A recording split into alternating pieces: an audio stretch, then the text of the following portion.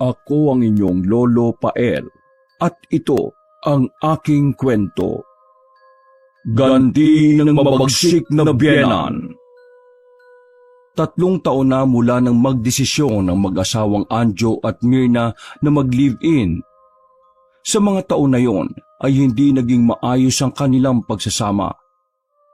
Dahil sa hirap ng buhay ay madalas na nagtatalo ang mag-asawa dahil sa pera.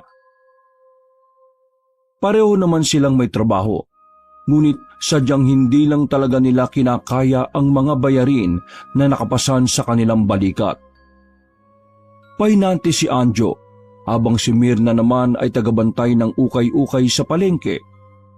Parehong maliit lang ang kanilang sinasahod, ngunit ang problema lang, malakas mangutang ang lalaki. Nasaan na naman ba yung inipit kong 500 dito sa unan? Pambayad ko kay paring Roger yun ha. Ikinalat ni Anjo ang mga unan at sapin sa higaan nang hindi makita ang hinahagilap. Kinuha ko na muna. Wala na tayong bigas eh.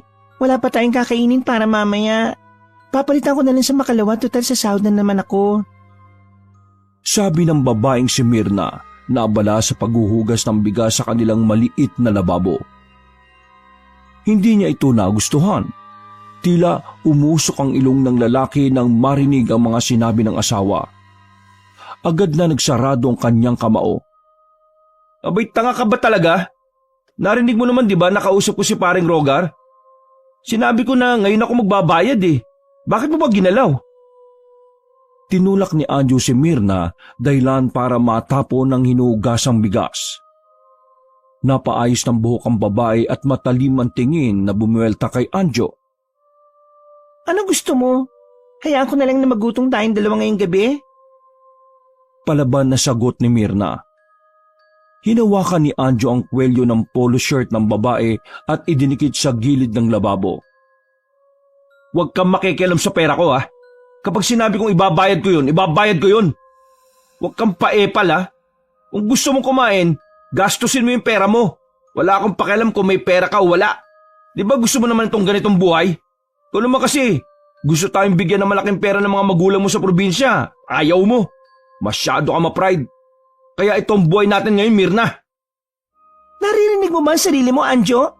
Kasal na tayo, tapos gusto mo pa rin umasa sa mga magulang ko? Ayos ka lang ba? O baka naalog na yung utak mo? Alam mo, sa lahat ng kapatid mo, ikaw lang ang ganyan eh. Ikaw lang ang walang pagsisikap at nasanay na sa tulong ng iba. Isang malakas na sampal ang natanggap ni Mirna mula kay Anjo. Sa lakas ng sampal ay umuga pa ang bagang ng babae. Pansamantala ring nabingi si Mirna at umikot ang paningin. Sabi ko sa'yo, huwag mong pinapainit ang ulo ko. Hindi na nakontento ang lalaki at hinawakan niya sa buhok si Mirna. Nginudngud ni Anjo ang babae sa lababo. Huwag kang magsasalita na parang ang dami mong nagawa para sa atin ha. Nagkatrabaho ka lang, akala mo kung sino ka na. Lit-lit naman na sahod mong punyeta ka. Ano ha?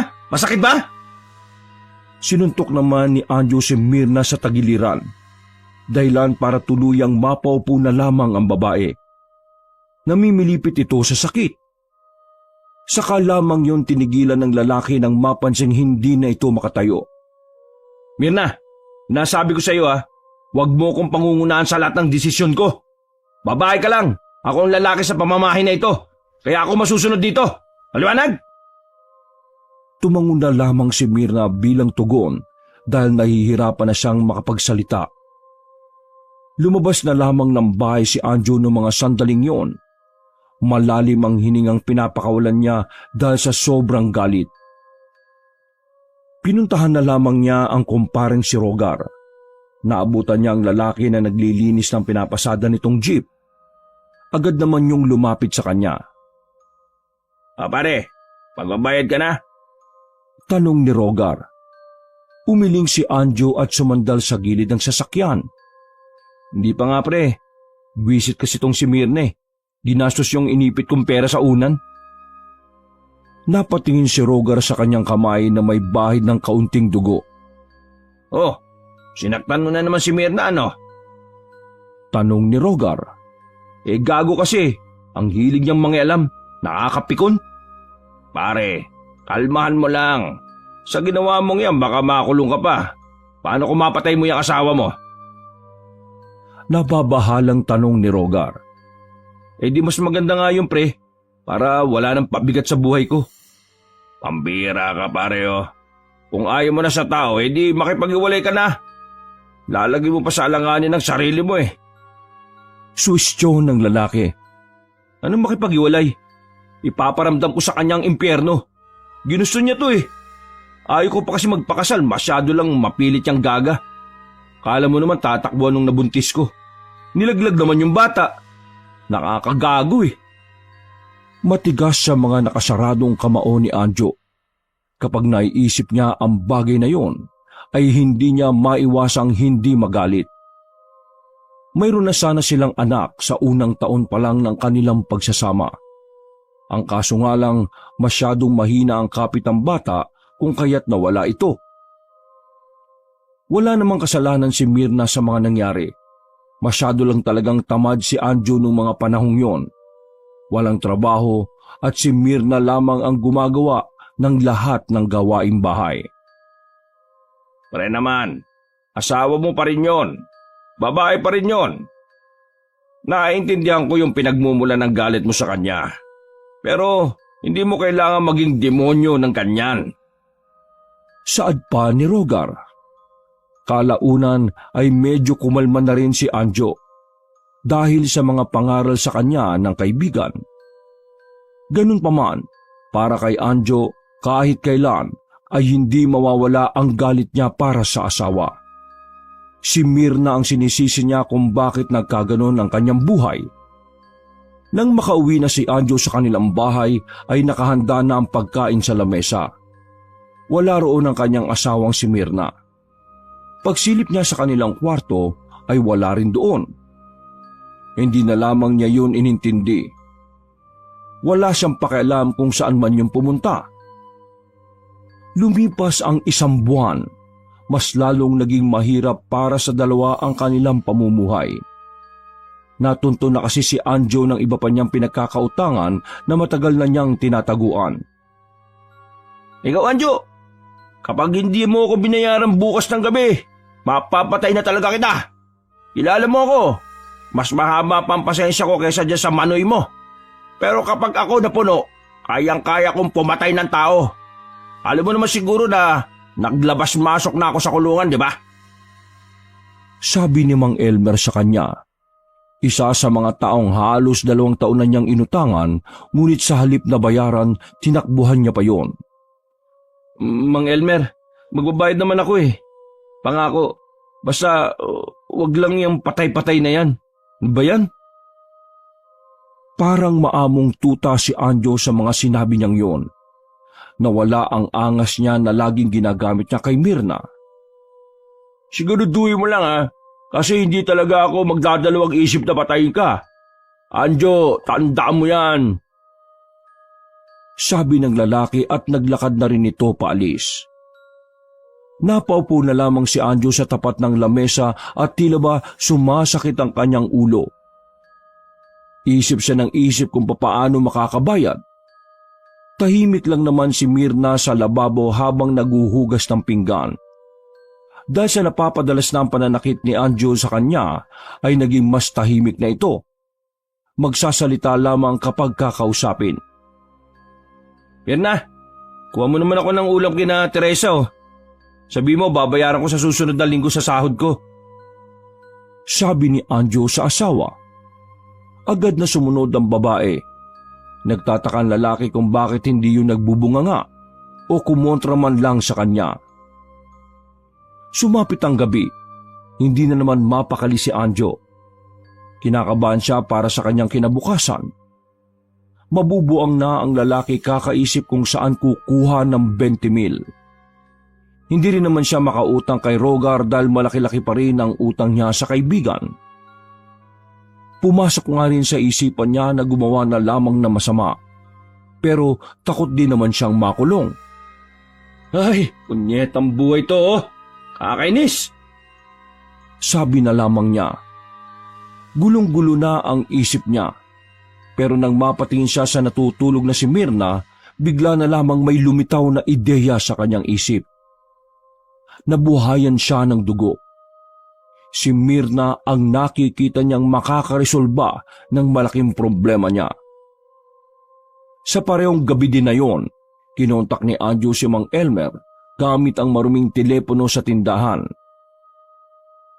Hello, Mang Elmer. May alam na akong paraan para makabayad ako sa'yo. Pero sana tanggapin mo. Nakangiting ng offer si Anjo sa lalaking nasa kabilang linya. Walang pagdadalawang isip niyang sinabi yon. Wala kahit na anong konsensya ang tumatakbo sa kanyang isipan. Nagkasundo ang dalawa at nakakalokong ngiti ang sumilay sa mukha ng lalaking si Anjo. Sa desisyon na yon ay napatunayan niya sa kanyang sarili na matagal na siyang walang pagmamahal sa babaeng pinakasalan. Bumalik sa bahay si Anjo. Tulog pa rin si Myrna ng mga sandaling yon. Ilang oras ang nakalipas. Natanaw na niyang paparating si Mang Elmer kasama pa ang iba nitong mga tauhan. Naligo na ba yan?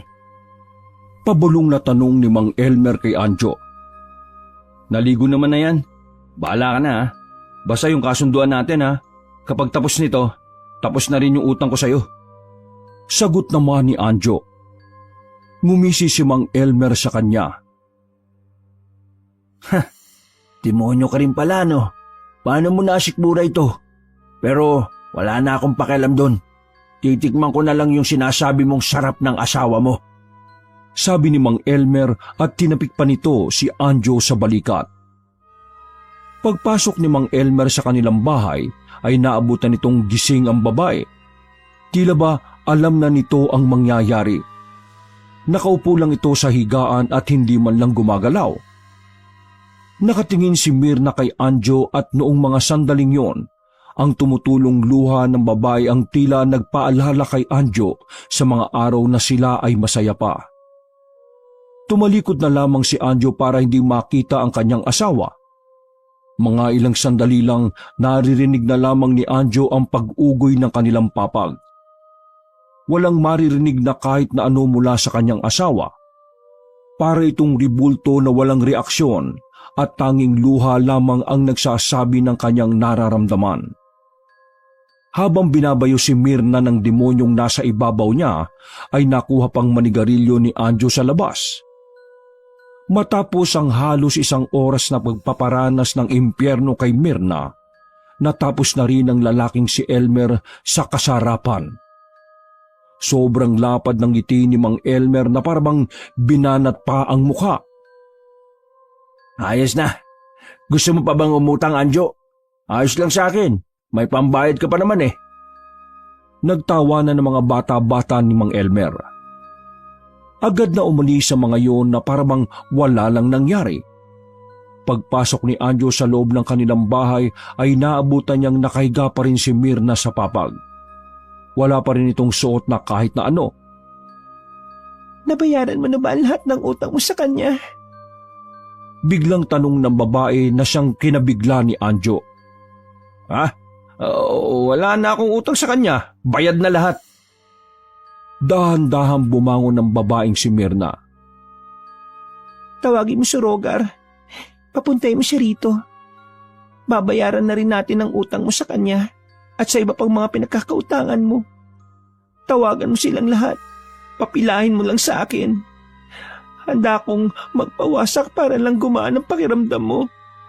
Para makatulog ka na ng maayos sa gabi kapag nabayaran mo na ang lahat ng utang mo. Mababa lang ang tinig ng babae. Maiyak-iyak.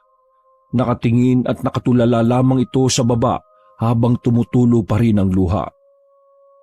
Ginagago mo ba ako? Bakit? Ayaw mo ba? Tinutulungan na kita. Ang kailangan mo nalang gawin ay maging halang ang kaluluwa mo. Yun lang. Pagkatapos, pwede ka na ulit mangutang sa iba. Nandito naman ako para magbayad. Sa sinabing yun ni Myrna ay nakaramdam na naman ng pang-iinsulto si Anjo. Naramdaman yun ni Myrna. Sa kaloob-looban ng babae, natutuwa siya dahil ang dali-daling inisin ni Anjo dahil sa sobrang babaw mag-isip ng lalaki. Tigil mo nga ako, Mirna. Gusto ko nang magpahinga. Anjo, sige na. Tawagin mo silang lahat. Babayaran ko na ang mga utang mo. Babayaran ng katawan ko. Magpapalaway ako sa iba para sa iyo. Para sa lalaking minamahal ko na wala namang kwenta at walang ginawa kundi ang saktan ako. Bigla na lang tumumba si Mirna nang magdilim ang paningin ni Anjo. Hindi na niya natapos ang sinasabi sapagkat sinuntok ng lalaki ang kanang sintido ni Mirna. Kapal ng mukha mo para insultuin ako ah. Kung hindi naman dahil sa pagmamadali mong magpakasal tayo di hindi tayo aabot sa ganito. Tuluyan ang nagdilim ang paningin ng lalaki. Sinaktan niya ulit ang kawawang babae. Walang ibang naririnig si Anjo nung mga sandaling yon kundi ang sinasabi ng kanyang kalooban na saktan si Mirna. Natauhan lang si Anjo nang mapansin niyang hindi na gumagalaw ang babae. Duguan ang mukha ni Mirna. Nang pulsahan niya ang babae ay wala na siyang nararamdaman. Mabilis na dumaloy ang kaba sa kanyang sistema. Mirna! Mirna! Mahinang tawag niya sa pangamba na baka may makarinig at makakita sa kanyang ginawa. Napaupo at napasiksik na lamang si Anjo sa gilid ng papag. Hindi ito makapaniwalang napatay niya ang kanyang asawa. Hindi. Wala akong ginawa. Wala akong ginawang masama. Walang dapat makaalam nito. Anong gagawin ko? Alam ko na. Oo, tama. Ganun nga.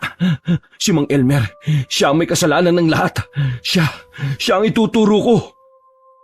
Parang mababaliw na sabi ni Anjo.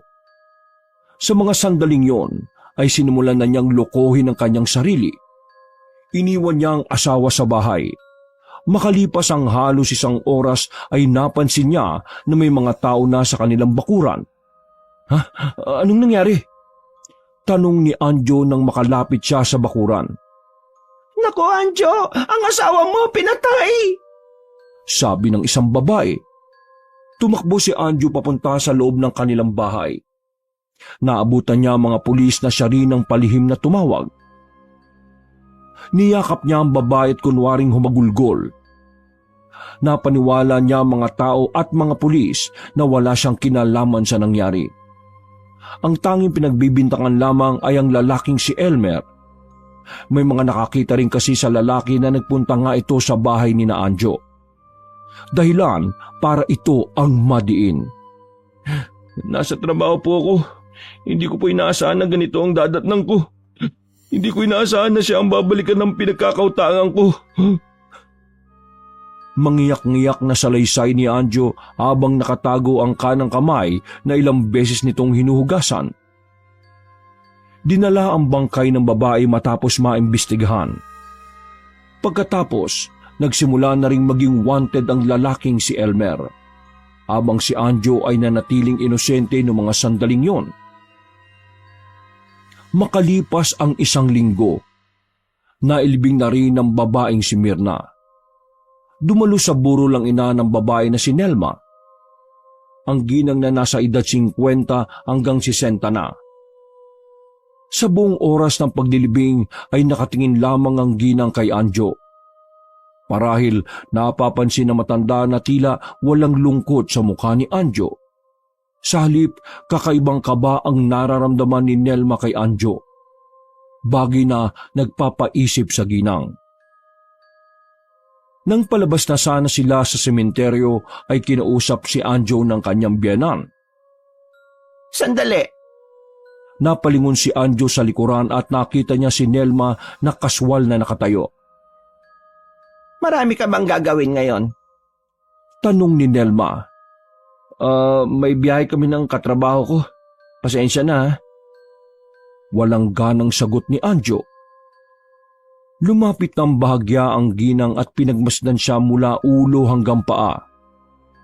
Sa kalagitnaan ng pagluluksa, magagawa mo kaagad magtrabaho at parang hindi ka man lang naglalaan ng oras para pagluksaan ng pagkawala ng iyong asawa. Napatingin ng matalim si Anjo sa ginang. Noon pa man, ayaw na ni Anjo kay Nelma. Kaya lang naman niya yun pinakikisamahan noon dahil sa inaasahan niyang pera na ibibigay nito sa kanila ni Myrna. Ano bang gusto niyong sabihin? Bilisan niyo na lang. Nagulat na lamang si Anjo nang biglang bumunot ng buhok sa kanyang ulo si Nelma. Nagsalubong ang kilay niya. Kung hindi lamang niya yung biyanan ay baka nasampal niya na ito. Ano bang problema mo, matanda ka? Sakit nun ha? Inis na si Anjo noong mga sandaling yon. Kapag nalaman kong may kinalaman ka sa pagkamatay ng anak ko, asahan mo, ipaparanas ko sa iyo ang impyerno kahit na si Satanas ay hindi gugustuhing maranasan. Pagbabanta na lamang ng ginang. Hindi nakapagsalita si Anjo. Pinagmasdan na lamang niya ang papalayong biyanan. Aminin man niya o hindi, nababahala siya sa maaaring gawin ni Nelma. Kahit kasi biyanan niya ang ginang, wala siyang kalam-alam kung ano nga ba itong klase ng tao. Mabilis na dumaan ang mga araw. 2 buwan na ang nakalipas. Wala na siyang balita sa kanyang biyanan. Tinuon na lamang niya ang atensyon sa pagtatrabaho. Sa maikling panahon, masasabi ni Anjo na nakarecover na siya sa pagkawala ng asawa. Habang abala sa pagkakarga ng mga gamit sa container van, ay tumawag sa kanya ang kaibigang si Rogar. Hello, Anjo. Nakita ko kanina yung biyana mo sa istasyon ng pulis. Narinig ko na nahuli na nila si Elmer. Kaso pare, malas. Natakasan sila. Ang tatanga kasi ng mga humuli sa kanya nakakainis. Pagbabalita ni Rogar. Hindi nakapagsalita si Anjo. Kinabahan siya lalo. Batid niya na kapag nahuli ng tuluyan ng lalaking si Elmer, malaki ang posibilidad na ikanta siya ng lalaki. Pinatay na lamang ni Anjo ang tawag. Wala na sa focus si Anjo sa katinoan habang nasa trabaho. Tulala siya sa biyahe at lumulutang ang isip niya. Pagka-uwi niya sa kanilang bahay, ay nilunod niya ang sarili sa alak. Maaga siyang nakatulog nung gabing yun. Nagising na lamang siya nang makarinig ng malalakas na kalabog sa kanyang pinto. Pagbukas niya ng pinto, bumungad sa kanya ang lalaking si Elmer. Agad siya nitong tinutukan ng baril. Ano, Anjo? Ako pa ang binaligtad mo. Di ba ikaw ang pumatay sa asawa mo? Nilawayan ko lang si Myrna at hindi ko siya... Naubo ang lalaki at nagluwa ito ng ipis na buhay. Napahawak sa lieg si Elmer at napaupo sa gilid. Anong nangyayari sa'yo? Tanong ni Anjo. Walang maisagot ang lalaki at patuloy lamang ito sa pagsuka. Lalong kinilabutan si Anjo nang makita na bukod sa ipis, mayroon ding lumalabas na uod mula sa loob ng katawan ni Elmer. Hinubad nito ang suot at nakita naman ni Anjo ang butas-butas na katawan ni Elmer na siyang nilalabasan ng mga uod. Nasuka si Anjo dahil sa sobrang pagkadiri. Habang ang lalaki namang si Elmer ay hirap na makahinga dahil sa walang humpay na paglabas ng ipis sa kanyang bibig. Mang Elmer, mamamatay ka na! Natatakot ngunit nagawa pa rin ni Anjo na tumawa noong mga sandaling yon. Anjo, ang biyanan mo! Hindi na naituloy pa ng lalaki ang kanyang sasabihin. Tuluyan na itong napahiga sa sahig. Nangingilo na lamang si Anjo habang pinagmamasdan niya ang uod at ipis na pinaghaharian ang katawan ni Elmer. Makalipas lang ang ilang sandali, hindi na gumagalaw si Elmer. Noong mga sandaling yon ay ang naisip na lang ni Anjo ay magsumbong sa malapit na istasyon ng mga pulis. Agad na hininga ng salaysay si Anjo. Pinalabas na lamang niya na may kung anong kakaibang sakit na dumapo kay Elmer. Pero ang totoo, hindi niya talaga alam kung ano ang dahilan kung bakit pineste ng insekto si Elmer. Wala na si Elmer. Nakuha na ng asawa mo ang hustisya, pare. Dapat maging masaya ka. Wika ni Rogar habang pinagmamasdan nila ang bangkay ni Elmer na ipinasok sa sasakyan. Hindi nakapagsalita si Anjo sa sinabing yon ng kaibigan. Alam niya sa sarili na makakamit lang ni Mirna ang hustisya kung siya na ang mawawala. Tinuon na lamang ni Anjo ang atensyon sa pagtatrabaho. Sa mga sumunod na araw ay naging kampante siya na hindi na lalabas ang katotohanan dahil wala na si Elmer. Lunes ng hapon, pumunta siya sa bahay ni Rogar. Napagkasundan kasi nila noon na mag-inom. Para kasi kay Anjo ay karapat dapat naman siyang makapag-relax matapos ang mga nakaka-stress na araw. Mukhang maraming pera ang tropa ko ngayon Pabirong wika ni Rogar. Ganun talaga kapag nakapagbayad na ako ng utang sa'yo, nanlilibre na. Natatawa na lamang na sagot ni Anjo. Yabang siya. Kukunin ko na lang yung pupulutanin natin. Yung mga alak natin ilapag mo na dyan sa lamesa. Baka matira pa ng iba yan. Sabi naman ni Rogar. Natawa na lamang si Anjo. Masayang nagsimula ang inuman ng dalawa. Tawanan at kwentuhan lamang ang kanilang ginawa. Huling bote na lamang ang kanilang uubusin nang maramdaman ni Anjo ang kakaibang bagay sa kanyang bibig. Nang iluwa niya yun ay nagulat siya nang makita ang patay na ipis. Putya! Napatayo si Anjo at nanlaki ang mga mata. Mas lalo pa siyang kinilabutan nang maramdaman niya na may gumagapang sa loob ng kanyang damit. Bigla rin siyang nakaramdam ng kirot sa bandang tagiliran niya. Hinubad niya ang kanyang damit. Maging si Rogar ay naguguluhan din sa nangyayari. Pre, ano bang nasa tagiliran mo? Parang may bukol at butas, pre. Sabi ni Rogar at dumistansya ng kaunti kay Anjo. Hindi ko alam, pare.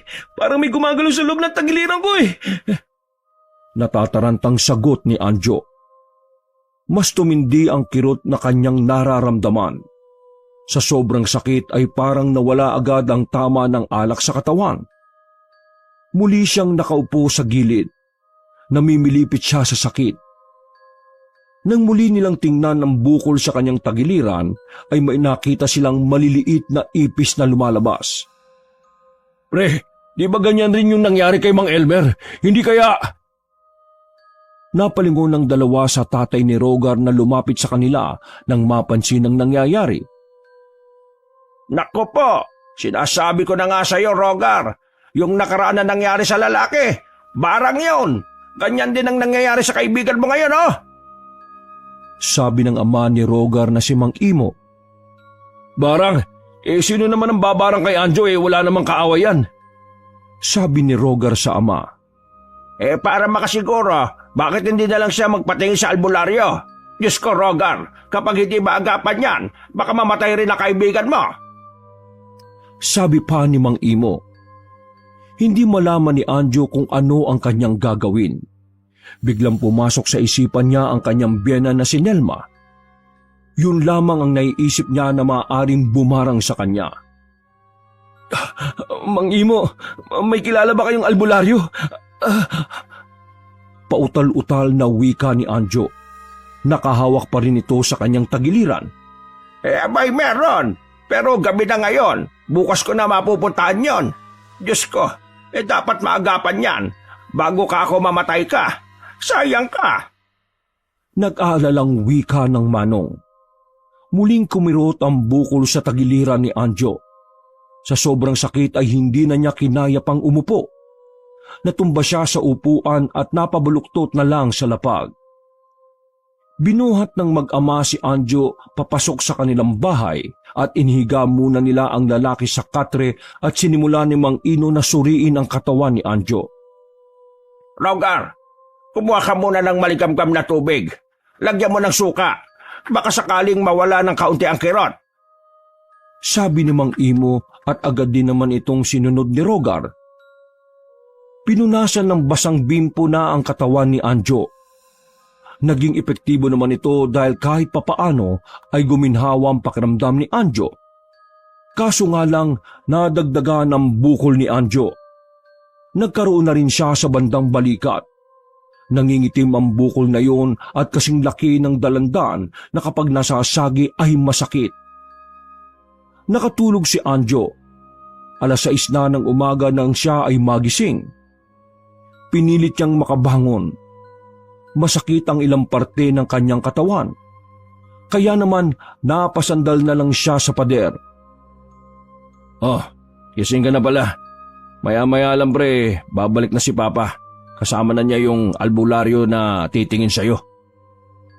Sabi ni Rogar at inabot sa kanya ang pagkain na pang-almusal. Pre, pasensya ka na ha. Kayo pa ang naabala sa nangyayari sa akin. Pabigat pa ako sa inyo ngayon. Sabi naman ni Anjo. Natawa na lamang si Rogar. Ano ka ba naman? Siyempre, tropa tayo. Saka, naiintindihan kita. Alam kong nagluluksa ka pa rin sa pagkawala ng asawa mo. Kaya mas maganda na rin na meron kang kadamay. Huwag mo kaming isipin. Masaya kami ni Papa sa ginagawa namin na ito. Nakangiting wika ni Rogar. Napangiti na lang din si Anjo kahit na mabigat na naman ang kanyang pakiramdam. Pre, inala ko biyanan ko ang bumarang sa akin eh. Napalingon si Rogar kay Anjo habang siya ay nagtitimpla ng kape. Bakit mo naman yan nasabi? Hindi ba naging maganda ang pakikitungo niya sa'yo? Tanong ni Rogar at inabot sa kanya ang kape. Pinaghihinalaan niya kung may kinalaman sa nangyari kay Mirna eh. Kita mo yung nangyari kay Elmer, namatay? Biyenan ko may gawa nun. Hindi ako pwede magkamali. Saad ni Anjo. Anjo, wala ka ba talagang ginawa kay Mirna? Kasi kung talagang biyenan mo ang bumarang sa'yo, siguradong may mabigat na dahilan. Rogar, wala akong ginawa kay Mirna. Eh kung wala, bakit kanya babarangin? At saka, mambabarang ba talaga ang biyenan mo? Hindi mo ba siya kilala? Sunod-sunod na tanong ng kaibigan. Hindi ko ganong kilala biyenan ko eh. Wala akong pakialam sa kanya. Malay ko ba kung talagang mambabarang siya? Sagot na lamang ni Anjo. Napailing na lang si Rogar dahil doon. Pagkatapos kumain ay nakaramdam ng antok si Anjo. Minabuti niyang matulog na lang muna. Habang nasa kasarapan ng tulog, nagtaka siya dahil nakita niya ang kanyang biyenan sa loob ng bahay nila Rogar. Nakaupo ang ginang na si Nelma sa katre. Nasa kanyang paanan. Dali-dali siyang napabangon. Nakaramdam ng takot si Anjo dahil sa kakaibang ngiti ng kanyang biyenan. Bakit ka nandito? Tanong ni Anjo na nanlalaki pa ang mga mata. Gusto ko makita kung paano ka mahirapan. Sabi ng ginang. Ikaw bang bumarang kay Elmer? Sabi ni Anjo. Oo, ako nga. At ako rin ang bumabarang sa'yo. Umiiling-iling na dumistansya si Anjo. Lalabas sana siya ng bahay nang biglang magsarado ang pinto. Pagbabayaran mo ang ginawa mong pagbenta ng katawan ng anak ko at ng walang awa mong pagpatay sa kanya. Mararanasan mo ang impyerno. Nanlisik ang mga mata ng ginang noong mga sandaling yon. Samantalang naninikip naman ang dibdib ni Anjo. Dahan-dahan nang lumapit sa kanya ang ginang. Nang hawakan siya nito, ay saka lamang siya nagising. Habol ang hininga ng lalaki nang makita niya ang mukha ng albularyo na nasa harapan niya. Nasa gilid din niya si Rogar at Mang Imo. Nakita mo ba ang bumarang sa iyo sa panaginip mo? Tanong ng albularyo. Nakita ko siya. Nakita ko ang biyenan ko. Binabarang niya ako. Gusto niya akong patayin. Nagkatinginan ng albularyo at si Mang Imo. Mga ilang sandali pa, bigla namang kumirot ang bukol sa katawan niya. Nung mga oras pala na yon, ay mas dumami na ang bukol nito. Lahat ng yon ay may gumagalaw sa loob na siyang nagdudulot ng matinding kirot. Agad na kumilos ang albularyo. Marami itong inilagay na kung ano-anong gamot, ngunit hindi yun tumatalab. Kahit na anong gawin ng albularyo ay nanatili pa rin ang kirot. Naihi at nadumina sa salawal si Anjo. Napatakip na lamang ng ilong si Rogar at Mang Imo. Awang-awa sila sa kalagayan ni Anjo. Hirap na ito. Ngunit ang mga maliliit na ipis ay sigilang sa paglabas mula sa kanyang mga bukol. Hindi ko na kaya, pare. Nararamdaman ko gumagalaw sila sa loob ng katawan ko. Patayin niyo na lang kaya ako. Sabi ni Anjo. Lumabang ka, iho. Hindi ka mamamatay sa barang na ito. Wika ng albularyo na siyang ipinagtaka ni Mang Imo at Rogar. Paano niyo po nasabi na hindi niya ikamamatay ito? Sigurado po ba kayo? Hirap na nga yung kaibigan ko. Oh. Sabi ni Rogar. Nararamdaman ko na ang bumabarang sa kanya ay walang balak na patayin siya. Ang gusto lamang ng mambabarang ay pahirapan siya at maramdaman niya ang walang hanggang kirot at sakit. Ano naman ang pwede natin gawin sa kanya, pare? Tanong naman ni Mang Imo. Ang kailangan lang niyang gawin ay sanayin niya ang katawan niya sa sakit para mamanhid. Hanggat hindi natin nakakausap ang mambabarang, hindi yan matitigil. Tandaan niyo, malakas ang mambabarang na ito. Hindi siya basta-basta. Kaya ang tanging paraan lang para matigil ang kanyang paghirap ay pakiusapan ng mambabarang. Yun ay kung makikinig ito sa kanya. Dagdag pa ng albularyo. Napailamos na lamang sa mukha si Rogar sa sobrang tensyonado. Pakiusap, patayin niyo na lang ako. Nangihinang sabi ni Anjo. Hindi namin pwedeng sundin ang gusto mo. Dahil kapag ginawa namin yun magagalit sa amin ang mambabarang at kami ang babalikan niya. Tiisin mo ang sakit. Gagawa ko ng paraan para makausap ang bumabarang sa iyo. Sabihin mo lang sa akin kung saan siya nakatira at ako na ang bahala. Sabi ng albularyo. Nang tanghali ding yun ay sinabi ni Anjo ang eksaktong tirahan ng kanyang biyenan. Umalis din kaagad ang albularyo para personal na kausapin si Nelma. Maghapong naghintay si Anjo sa pagbabalik ng albularyo. Ngunit mag-aalas 6 na ng gabi ay wala pa rin yun. Hirap na si Anjo sa nangyayari. Para siyang nasa impyerno sa sobrang sakit. Malilikot ang mga ipis sa bukol niya. Habang may mangilan-ngilan naman na uod na lumalabas naman sa kanyang ari. At ang masaklap ay unti-unti na rin siyang nabubulag. Dahil yon sa ilang maliliit na uod na sumisiksik sa gilid ng kanyang mga mata. Lumalabo na ang paningin ni Anjo. Maayos na naman ang kanyang paghinga ngunit napapraning na siya sa kanyang paligid. Gusto na niyang kumuha na lamang ng kutsilyo at saksakin ng sarili. Pero sa mga sandaling yon ay hindi na niya kaya pang tumayo. Nakaratay na lamang siya sa higaan at dinadama ang mga lumalabas na ipis at uod sa kanyang katawan. Pagsapit ng 9:00 ng gabi, bumalik na ang albularyo. Kasama nito ang ginang na sobrang pamilyar kay Anjo. Nanlalaki ang mata ng lalaki nang makita si Nelma na nakatayo sa kanyang harapan. Pre, sino ang taong yan? Tanong ni Mang Imo sa albularyo. Siya ang bumarang sa lalaking yan. Gusto niyang makita ang lalaki, kaya dinala ko siya dito sa pagbabakasakali na magbago ang isip niya. Sabi ng albularyo. Dahil awang-awa na si Rogar sa kanyang kaibigan, naglakas loob na lang itong lumapit sa ginang at nakiusap. Magandang hapon po, ma'am. Nakikiusap po ako. Alisin niyo na po yung barang sa katawan niya. Pinagbabayaran at pinagsisisihan na po ni Anjo kung ano man ang nagawa niya.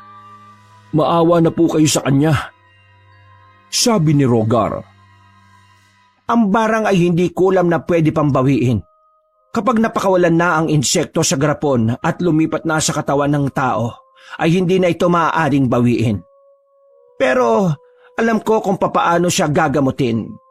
Sa kasamaang palad, wala akong balak na gamutin siya. Nandito lamang ako para personal na pagmasdan kung papaano naghihirap ang lalaking ito. Sabi ng ginang. Mawalang galang na po. Pero ano po bang kasalanan sa inyo ni Anjo? Matalim ang tingin na ipinukol ng ginang kay Rogar. Kaibigan mo siya. Hindi mo ba alam na siya ang pumatay sa anak kong si Merna? Siya ang nagpahirap sa anak ko. Mula nang bumukod sila, laging sinasabi sa akin ni Mirna na pinahihirapan na siya ng asawa niyang ito. Minamaltrato. Tinuturing na hayop. Bago niya patayin sa bugbog ang anak ko, ay ipinambayad muna niya ang katawan ni Mirna sa ibang lalaki. Napakahayop ng taong yan. Ngayon, sabihin mo sa akin kung karapat dapat ko pa ba siyang patawarin. Ang gusto ko ay habang buhay lang siyang nahihirapan. Hindi siya dapat mamatay. Nanamnamin niya lang ang paghihirap hanggat sa mapagtanto niya na nasa impyerno na siya. Galit na galit ang tinig ng ginang. Kinilabutan naman si Rogar sa lahat ng kanyang nalaman. Napanganga na lamang siya at napatingin kay Anjo na nung mga sandaling yon ay napaiyak na lamang at tumungo. Tila ba inaamin na nito ang kanyang nagawa? Ganun pa man, buo na ang desisyon ng ginang na si Nelma. Hindi niya tutulungan si Anjo. Tulad nga ng sinabi nito, mas magiging masaya siya na nakikita na nagdurusa ang lalaki kaysa mamatay ito kaagad. Umalis ang ginang at tuluyan na silang nawala ng pag-asa. Kahit ang albularyo ay napailing na lang. Lumipas pa ang ilang mga araw at nanatili si Anjo sa poder ng mag-amang Imo at Rogar. Si Rogar ang madalas na nag-aasikaso kay Anjo dahil naalis ang kanyang ama para magtrabaho. Pansamantala na ring huminto muna si Rogar sa trabaho para matulungan ang kanyang kaibigang nagdurusa. Pre, inilabas na ng may-ari ng inuupahan mo yung mga gamit nyo. Kinuha ko yung mga importante mong gamit. Tinala ko rito kaso nasa labas pa. Pero ipapasok ko rin maya-maya. Sabi ni Rogar kay Anjo na pagtango lamang ang kayang gawin. Tumayo si Anjo at sandaling may kinuha sa kusina. Pre, alam ko hirap na hirap ka na. Nabubulok na rin yung ibang parte ng katawan mo pero buhay ka pa rin. Pero gusto kitang tulungan. Yun nga lang hindi ko alam kung paano ka ba makakasurvive. Kaya sana makatulong ito. Sabi ni Rogar. Pinakita niya kay Anjo ang isang botelya na sa unang tingin pa lang ay mababatid ng hindi yun pwedeng inumin. Magpahinga ka na pare. Naiiyak na sabi ni Rogar. Hindi niya alam na siya pa pala ang tatapos sa paghihirap ng kaibigan. Kusang ibinuka ni Anjo ang kanyang bibig. Sa huling sandali ay nagawa nitong ngumiti kay Rogar bilang tanda ng kanyang pasasalamat. Ang kwentong ito ay isang patunay na ang mga ginagawang hindi maganda ay may katumbas na kaparusahan at lahat ng baho ay sisingaw at may mga kasalanan rin na dapat mong pagbayaran. Wakas! Ako ang inyong Lolo Pael at ito ang aking